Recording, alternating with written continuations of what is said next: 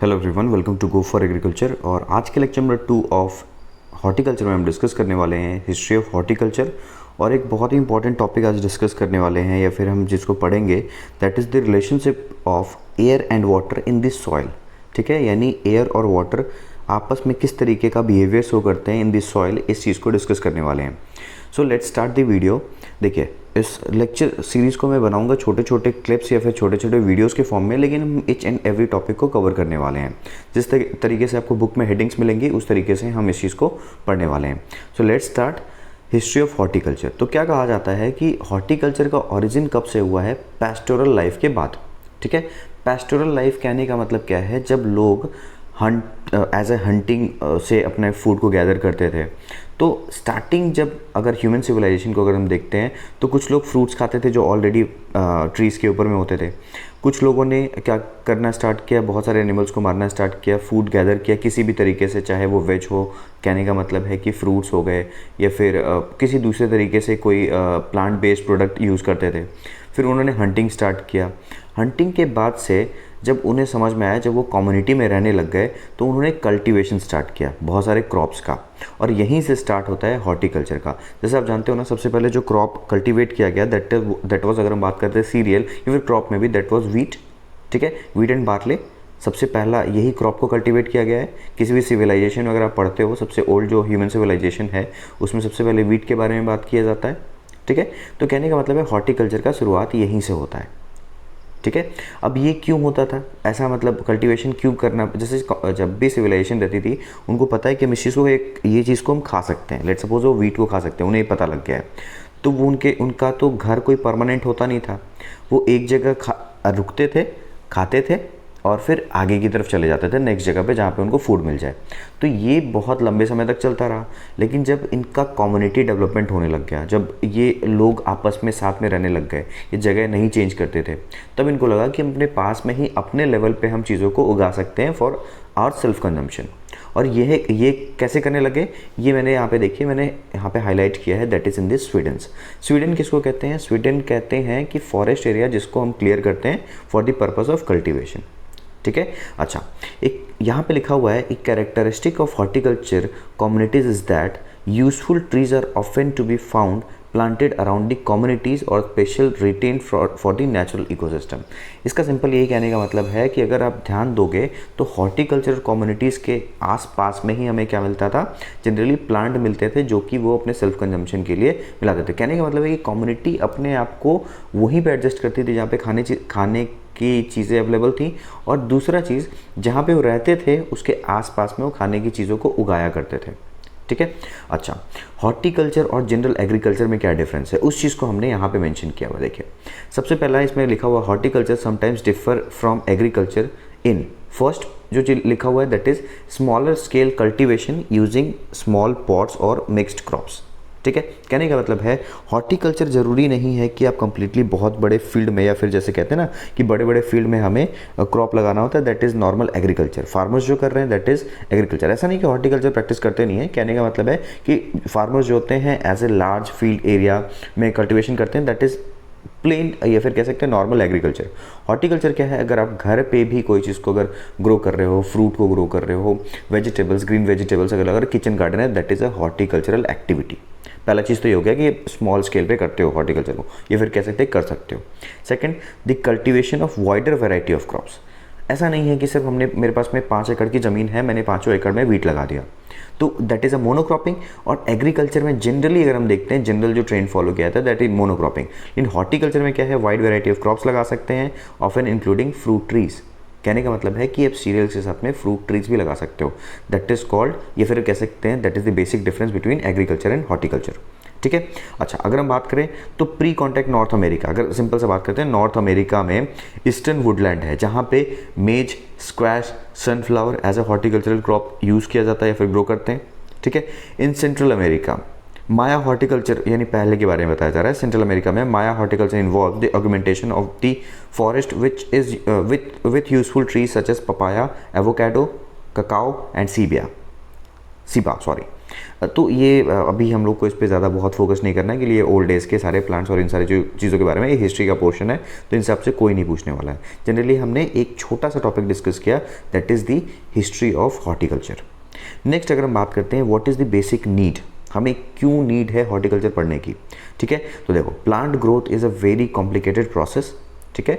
और सारा hormonal control, hormone नहीं कह सकते, सारा चीज़ कंट्रोल होता है किसी न किसी स्टिग्मेटिज्म से, कह सकते हैं स्टिग्मेटिज्म, या फिर आपको मैं अगर नॉर्मल एक हिंदी वर्ड में समझाऊँ तो किसी न किसी एक्सटर्नल इफेक्ट से प्लांट का जो प्रोडक्शन है वो इफेक्ट होता है, कह सकते हैं, जिसको हम डायरेक्टली इन्वायरमेंटल फैक्टर्स कह सकते हैं। तो प्लांट के प्रोडक्शन का दो फैक्टर है, एक तो एक्सटर्नल फैक्टर और दूसरा खुद का जो प्लांट का जेनेटिक फैक्टर है, that is the internal factors, ठीक है। तो इसीलिए प्लांट जो ग्रोथ है उसको हम लोग क्या कहते हैं, कॉम्प्लिकेटेड प्रोसेस कहते हैं, ठीक है। But it is not necessary to understand all the intricate details in order to successfully manage the urban forest. कहने का मतलब है कि मैं फॉरेस्ट मैनेज करने के लिए पूरे सारे कॉम्प्लिकेटेड प्रोसेस को जानना ज़रूरी नहीं है, ठीक है। अगर हम basic requirement of the tree growth अगर हम समझ जाते हैं तो हमें जो फॉरेस्ट मेंटेन करना है, चाहे वो हमारा फ्रूट फॉरेस्ट हो चाहे वेजिटेबल फॉरेस्ट हो, उसको मैनेज करना आसान हो जाएगा। क्योंकि अर्बन फॉरेस्ट के बारे में बोला जा रहा है, आप जानते हैं शहरी इलाका में कभी फॉरेस्ट पाया नहीं जाता है, तो ये बेसिकली रिलेट कर रहा है वेजिटेबल फॉरेस्ट या फिर फ्रूट फॉरेस्ट से, ठीक है। The primary environmental factors are, जो बाहर के फैक्टर्स हैं कौन कौन से जो की इफेक्ट डालते हैं, that is soil is a reservoir for nutrient and moisture, क्योंकि सॉइल में अपने पास में पानी है और न्यूट्रिएंट है, आयंस हैं, फ्री आयंस हैं, जो कि प्लांट के रिक्वायरमेंट में, मतलब कह सकते हैं प्लांट को बहुत ज़्यादा रिक्वायर्ड होता है, प्रोवाइड्स। और सॉइल साथ साथ प्लांट को मैकेनिकल सपोर्ट करता है, यानी जो प्लांट जो खड़ा है, ट्री जो खड़ा है, वो अपने रूट को कहाँ पे होल्ड करके खड़ा हुआ है, सॉइल में, तो मैकेनिकल सपोर्ट भी प्रोवाइड करता है, पहला। सेकंड, मतलब soil is an external factor या फिर इन्वायरमेंटल फैक्टर है। Second, sunshine furnishes heat and light, obvious हम जानते हैं प्लांट को फोटोसिंथेसिस करना है तो लाइट चाहिए, ठीक है। हीट भी कहाँ से मिल रहा है, प्लांट बॉडी है उसको गर्म भी तो रहना है ना, गर्म ऐसा नहीं कि बहुत ज़्यादा गर्म, गर्म इन द सेंस एक नॉर्मल ऑप्टिमम टेम्परेचर पीएच वगैरह चाहिए, ठीक है, जिस पे वर्क कर पाएगा। तो एक सनशाइन जो है वो हीट और लाइट दोनों प्रोवाइड करता है प्लांट को, that is also external factor, environmental factor. Third, air supplies carbon dioxide और ऑक्सीजन। अब कार्बन डाइऑक्साइड क्यों चाहिए उनको, ग्लूकोज बनाने के लिए, तो एयर भी एक एक्सटर्नल इन्वायरमेंटल फैक्टर है जो कि प्लांट का एक बेसिक नीड है। आई होप आपको ये जो बेसिक पॉइंट्स हैं ये समझ में आ गए होंगे। Any factors in the plants environment that becomes less than optimum will limit it's growth. कहने का मतलब है कोई भी इन्वायरमेंटल फैक्टर जो कि एक लेवल से, ऑप्टिमम लेवल से अगर कम हो जाता है तो वो प्लांट की ग्रोथ को इफेक्ट करता है, ठीक है। नेचुरली अगर हम बात करें तो क्वांटिटी जो होता है, मान लो कि छोटे छोटे ही फ्रूट लग रहे हैं प्लांट के ऊपर में बहुत सारे, लेकिन वो छोटे फ्रूट कोई पसंद नहीं करता है, तो ज़्यादा भी फ्रूट लग के बहुत फ़ायदा नहीं है। अगर मान लेते कम ही फ्रूट लगे लेकिन वो ऐसे साइज़ के हैं या फिर ऐसा उसका कैरेक्टर है जो कि बहुत पसंद किया जाता है, दैट इज़ द क्वालिटी, तो क्वालिटी इज़ ज़्यादा इफेक्टिव। तो वही कहा जा रहा है, नेचुरली अगर हम बात करते हैं तो क्वांटिटी जो है वो ज़्यादा इंपॉर्टेंट है, नेचुरली अगर हम बात करते हैं क्वांटिटी ज़्यादा इंपॉर्टेंट है। क्यों? क्वांटिटी नंबर्स में ज़्यादा होंगे, उनके सीड्स ज़्यादा होंगे, सीड ज़्यादा डिस्पर्स होंगे तो उनका पॉपुलेशन बढ़ेगा। लेकिन अगर हम बात करते हैं quality also effect the vigour of trees, ठीक है। तो अल्टीमेटली आपको नॉर्मल सा चीज़ क्या समझना है कि नेचुरली अगर हम बात करते हैं तो क्वांटिटी, प्लांट के लिए क्वांटिटी ज़्यादा ज़रूरी है। और अगर हम इतने कहते हैं ना मतलबी हैं कि हम अपने हिसाब से सोच के देखते हैं, ह्यूमन जो पॉपुलेशन अपने हिसाब से सोच के देखती है तो क्वांटिटी प्लस क्वालिटी देखती है, ठीक है। मतलब क्वालिटी भी एक इंपॉर्टेंट फैक्टर हो जाता है for our self. Air pollution, construction activity, soil compaction, या फिर कह सकते हैं कि बहुत सारा जो प्लांट स्ट्रेस होता है, इन सभी चीज़ों से जो प्लांट का जो प्रोडक्शन है वो अफेक्ट होता है। तो these are the environmental factors, जैसे एयर पोल्यूशन हो गया, कंस्ट्रक्शन एक्टिविटी हो गया, फॉरेस्ट एरियाज़ के अगल बगल में अगर हम कंस्ट्रक्शन एक्टिविटी करते हैं तो ऑब्वियस है प्लांट का जो ग्रोथ है, ग्रोथ या तो हम कह सकते हैं प्रोडक्शन है, वेजिटेटिव जो फेज है उसका वो, या फिर रिप्रोडक्टिव फेज जो है वो अल्टर होगा या फिर चेंज हो सकता है या फिर डिस्टर्ब हो सकता है। तो this was the history of agriculture, और बेसिक नीड हमने एग्रीकल्चर नहीं, हॉर्टिकल्चर जो कि हमने डिस्कस कर लिया है। अब आज का जो इंपॉर्टेंट टॉपिक है जो कि मैंने आपको थंबनेल पे भी दिया हुआ है, that is the relationship between air and water in this soil. मतलब एयर और वाटर किस तरीके से रिलेट करते हैं सॉइल में, ठीक है। अच्छा, सॉइल क्या है, एक बेसिक फाउंडेशन है फॉर द ट्री ग्रोथ या फिर प्लांट ग्रोथ, ठीक है। वो स्ट्रक्चरली भी हेल्प कर रहा है और बायोलॉजिकली भी हेल्प कर रहा है। बायोलॉजिकली किस तरीके से, बहुत सारे उनके बायोलॉजिकल फंक्शन को कंट्रोल कर रहा है, जैसे उनको न्यूट्रिएंट प्रोवाइड कर रहा है जो कि न्यूट्रिएंट उनके प्लांट के बायोलॉजिकल फंक्शन में हेल्प करेगा। Soil support trees physical weight and resist the force of wind, ठीक है। अगर उसको मैकेनिकल सपोर्ट अगर नहीं मिलता सॉइल से, तो जो हवा का जो कह सकते हैं जो स्पीड है उससे क्या हो जाता, प्लांट गिर जाता। तो एक मैकेनिकल सपोर्ट और फिजिकल सपोर्ट दे रहा है। Soil also supplies water, air and nutrients. ये हम जानते हैं, न्यूट्रिएंट भी मिलता है हमें प्लांट को सॉइल से, वाटर भी मिलता है, एयर भी मिलता है। सॉइल स्ट्रक्चर जो है बहुत इंपॉर्टेंट है। सॉइल स्ट्रक्चर कहने का मतलब क्या हो गया कि इनके जो सॉइल के जो 3 पार्टिकल्स होते हैं, that is sand, silt and clay, ये किस तरीके से अरेंज्ड हैं, इस पे भी डिपेंड करता है कि हमारा जो सॉइल है वो किस तरीके से न्यूट्रिएंट प्रोवाइड कर पाएगा, कितना ज़्यादा मैकेनिकल सपोर्ट प्रोवाइड कर पाएगा प्लांट के लिए। जैसे अगर मैं एग्जांपल दूँ, कोई ऐसा सॉइल है जिसमें सैंड ज़्यादा है, that is a Sandy soil. अब सैंडी सॉइल में बालू ज़्यादा होगा, अब बालू में ना होल्डिंग कैपेसिटी बहुत कम होती है, तो वहाँ पर प्लांट जल्दी गिर सकता है। ठीक है। Soil structure influences plant growth. Yes, मैंने जैसे बताया सॉइल स्ट्रक्चर भी प्लांट ग्रोथ को अफेक्ट करता है बिकॉज इट अफेक्ट्स मॉइस्चर। अब देखो, अगर सैंडी सॉइल है, सोच के देखो, ज़्यादा सैंड होगा तो उसमें पोर्स बहुत होंगे। ठीक है, देखिए तो वही सारी चीज़ें लिखी हैं, affect moisture, aeration, heat transfer and mechanical resistance to the root growth. अब सोचो कि प्लांट सॉइल स्ट्रक्चर अच्छा नहीं होगा तो अल्टीमेटली रूट ग्रोथ अफेक्ट होगा। रूट ग्रोथ कहने का मतलब है कि उसकी होल्डिंग अच्छे से नहीं हो पाएगी। रूट अगर डेवलप अच्छे से नहीं होगा तो न्यूट्रिएंट अच्छे से नहीं मिलेगा, वाटर अच्छे से नहीं मिलेगा, तो अल्टीमेटली प्लांट का जो ग्रोथ है वो अफेक्ट होगा ही होगा। मोस्ट पीपल, जो ज़्यादातर लोग क्या सोचते हैं कि जो सॉइल है वो बेसिकली क्या है, solid elements, dust, mineral, organic matter से मिलकर बना हुआ है। लेकिन अगर हम बात करते हैं, यह ध्यान दीजिएगा, spaces in this soil like pores are equally important. अब ये पोर्स इंपॉर्टेंट क्यों हो जाता है, क्योंकि इन्हीं पोर्स में एयर एंड वाटर होता है जो कि न्यूट्रिएंट से इक्वली इंपॉर्टेंट है। जिस तरीके से न्यूट्रिएंट की रिक्वायरमेंट है उसी तरीके से सॉइल में वाटर एंड एयर की भी रिक्वायरमेंट है। Size and the distribution of soil pores affect the movement and availability of the moisture and air through the soil. कहने का मतलब है ये जो पोर्स है ना, जो 2 फॉर्म में होंगे, एक मैक्रो पोर्स और माइक्रो पोर्स। तो जो पोर्स साइज है, ठीक है, वो अपने कह सकते हैं, जो क्या लिखा हुआ जो मैं आपको दिखा रहा हूँ, ध्यान दीजिएगा। Size and the distribution of soil pores affect the movement. पहला, movement and availability of the moisture and air in the soil को मेंटेन करता है। मतलब किसी सॉइल में कितना ज़्यादा एयर वाटर होगा और किस तरीके से कितना मूव कर पाएगा, that depends on the pore size. Air water relationship is a critical one for optimum plant growth. मतलब अपने को एयर वाटर रिलेशनशिप जो है बहुत इंपॉर्टेंट है for the optimum plant growth. ठीक है। The number of pore spaces must be adequate. ठीक है, and the variety of sizes are appropriate. मतलब कहने का मतलब है कि एडिक्वेट नंबर ऑफ, मतलब हम क्या कहते हैं कि 50% पोर्स तो होना ही चाहिए। Pore size determines the relative amount of air and water in this soil. Obvious है, पोर का साइज अगर बहुत बड़ा बड़ा होगा, ये कह सकते हैं ज़्यादा होगा, ठीक है, तो उसमें ज़्यादा एयर एंड ज़्यादा वाटर हो सकता है। ठीक है, और कहने का मतलब समझिएगा, जैसे मैं समझाता हूँ कि मान लीजिए ये आपको मैं बना के दिखाता हूँ इसको। लेट्स सपोज ये पार्टिकल्स हैं सॉइल के, समझिए, ठीक है, इनके बीच में जो पोर्स बन रहे हैं, अगर आप ध्यान दो, ठीक है, just a second, sorry, just a second. ये जो मैं छोटे छोटे पार्टिकल्स बना रहा हूँ सॉइल के, ठीक है, इनके बीच में क्या है, पोर्स हैं। अगर ये पोर्स बड़े हुए हैं, ये जो पोर्स हैं दैट इज़ अगर मैक्रो पोर्स होते हैं, ठीक है, जो मैक्रो पोर्स कहाँ बनेंगे, in case of Sandy soil. अब वहाँ पे जो पानी होगा वो ज़्यादा होगा, और ज़्यादा होने की वजह से उनका मास ज़्यादा होगा, तो अंडर ग्रेविटी क्या करेगा, वो जल्दी से पानी जो है वो lower level of the soil में चला जाएगा, तो प्लांट को अवेलेबल वाटर कम मिलेगा। ठीक है, तो कहने का मतलब पोर साइज जो है, relative amount of air and water कितना मिलेगा प्लांट को, वो पता मतलब उससे डिटरमाइन किया जा सकता है। Larger pores making them good source for air. ठीक है, क्योंकि लार्जर पोर्स रहेंगे तो वाटर क्या होगा, हैवी होने की वजह से नीचे चला जाएगा। स्मॉलर जो पोर्स है tends to hold water against the pull of gravity.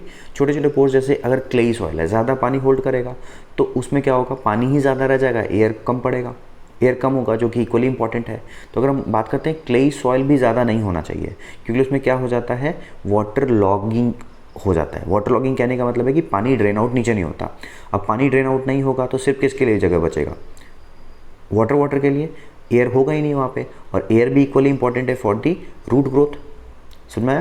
तो देखिए नीचे क्या बताया जा रहा है, sand is an open structure for many sand, अगर बात करें, सैंड जो है वो उसमें लार्ज पोर्स पाए जाते हैं, और इसको हम लोग कोर्स सॉइल कहते हैं। ठीक है। अच्छा, they contains ample amount of air but little amount of water, क्योंकि वाटर सारा क्या हो जाता है, टर्न आउट होकर नीचे चल जाता है।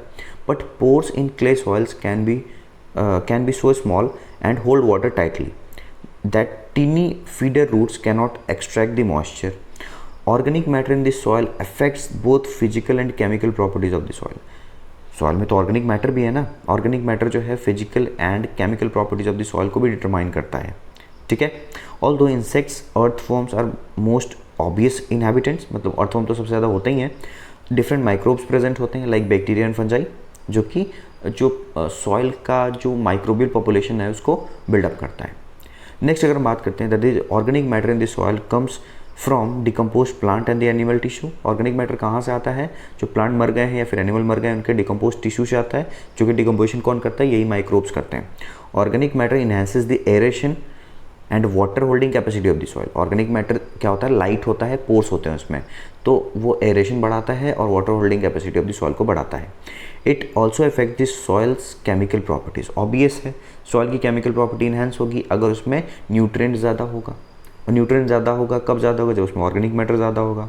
द फ्रेज, यहाँ पे एक इंपॉर्टेंट फ्रेज लिखा हुआ है, the phrase effective rooting depth describes the portion of the soil where conditions are favorable for root growth, most often in the top 3 feet of the soil। कहने का मतलब क्या है, इफेक्टिव रूटिंग डेप्थ मतलब कितना डेप्थ तक root जो है बहुत इफेक्टिव होता है प्लांट के लिए, that is up to 3 feet of the soil for any type of trees, ठीक है। उसके नीचे क्या होता है, न्यूट्रिएंट लेवल थोड़ा कम हो जाता है, क्योंकि डिकम्पोजिशन जो है वो थोड़े ऊपर लेवल पे ज़्यादा होता है, या फिर जो भी चीज़ें डिकम्पोज हुई हैं वो upper layer of the soil में ज़्यादा पाई जाती हैं, ठीक है। अच्छा, अब अगर हम बात करते हैं 4 रिलेटिवली कॉमन प्रॉब्लम्स जो कि फेस करता है soil, that is surface crusting, high water tables, poor subsurface drainage and clay pans and hard pans, ठीक है। अब देखो एक पॉइंट एक बार पढ़ना है, इफेक्टिव रूटिंग डेप्थ में बी लिमिटेड, ठीक है, by circumstances that restrict the soil porosity or hinder the plant growth। 4 relatively common problems are surface crusting, higher water tables, poor subsurface drainage and clay pans and high pans, ठीक है। High पैंस sorry high नहीं, hard पैंस। Hard पैंस क्या होता है, surface soil surface hard हो जाता है ऊपर से, तो अगर हम बात करें तो जो वाटर है अच्छे से इनकॉर्पोरेट नहीं कर पाता है, ठीक है। तो या फिर रूट जो है, अगर बहुत ज़्यादा मिट्टी हार्ड है तो रूट भी अंदर की तरफ ज़्यादा नहीं जा पाता है, तो उनका क्या हो जाता है, इफेक्टिव रूटिंग नहीं हो पाता है, ठीक है। इफेक्टिव रूटिंग डेप्थ जो हम बात कर रहे थे यहाँ पे वो नहीं हो पाता है, that hinders the plant growth. I hope class आपको हम लोगों ने आज का जो टॉपिक डिस्कस किया वो समझ में आया होगा। अगर आपको कोई भी प्रॉब्लम है तो आप मुझसे कमेंट सेक्शन में ज़रूर पूछिएगा, मैं आपको वहाँ पे भी आंसर करूँगा, नहीं तो आप हमसे टेलीग्राम चैनल पे ही पूछ सकते हैं। ओके गाइज, आई होप ये लेक्चर आपको क्लियर है। मिलते हैं नेक्स्ट वाले लेक्चर में। अगर आपको हमारे डिफरेंट कोर्सेज लाइक एंटोमोलॉजी अगर आपको देखनी है तो आप ये जो राइट साइड पे जो आपको वीडियो दिख रही है इस पर क्लिक कीजिए, आपको एंटोमोलॉजी की कंप्लीट प्लेलिस्ट मिल जाएगी, वहाँ से आप इस वीडियो सीरीज़ को भी कंप्लीट कर सकते हैं। सो गाइज, मिलते हैं नेक्स्ट वाले लेक्चर में, बाय बाय।